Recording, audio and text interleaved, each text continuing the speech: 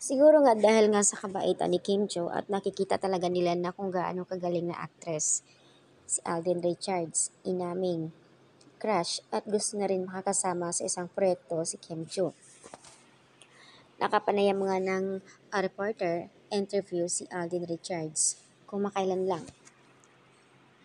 Samantala nitong nakaraang araw ay in-interview nga si Alden Richards sa ang isang nakakagulat doon dahil ang kanyang pahayag sa interview na ayon sa kanya, isa sa kanyang mga crush na sa industriya na si Kim Cho at gusto niya makakasama sa isang proyekto at nakikitaan din daw niya na magaling na actress at may potensyal. Ang kanyang pag-aamin at nag-uudot nito sa kasabikan ng mga taghanga magbigay ng buong usap-usapan sa social media.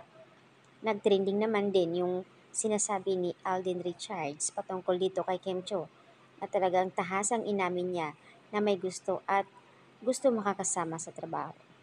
At dahil nga doon, syempre, hindi naman natin pwedeng diktahan or talagang sabihan sila na kasi nagdedepende sa management din yan. And besides guys, professional sila. Nasa kanila na iyan, knowing na hashtag Kim Pao parehong may respeto sa isa't isa. Matibay ang pundasyon ng pagmamahala nila, lalo na si Pao. Consistent ang kanyang pagtatangi kay Kim. And kung sakali mangyari man na makatambal nga sila, Aldin and Kim, na pag-uusapan nila yan, nasa kanila na yan. Kumbaga, andoon yung tiwala dapat sa isa't isa.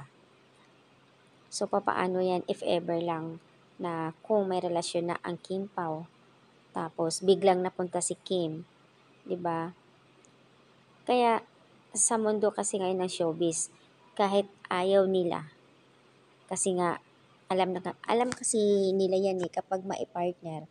Pero kasi nga nandoon na tayo na nagdedepende nga sa kanila. Kung talagang kahit ayaw nila, pag gusto ng manager, no choice. Alam naman nila yan na walang permanente kahit sinong i-partner. Sa movie, sa industry, kasi walang magagawa ang artista kung kanino sila i-partner. Lalo at alam nila na kikita nila sa company na kumbaga, masusunod kasi may contract sa kanila. Gaya ng Kemerald.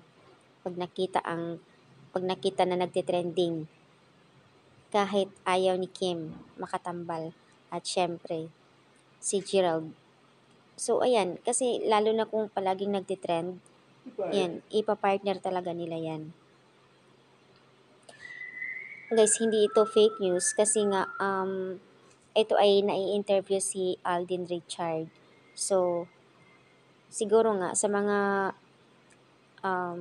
Kim Pao fans hindi ma-accept pero normal na mapag-usapan yan. Kasi sa mga nag-i-interview, mga reporter, minsan makukulit sila yung mga previous pa, inuulit-ulit talaga nila itatanong.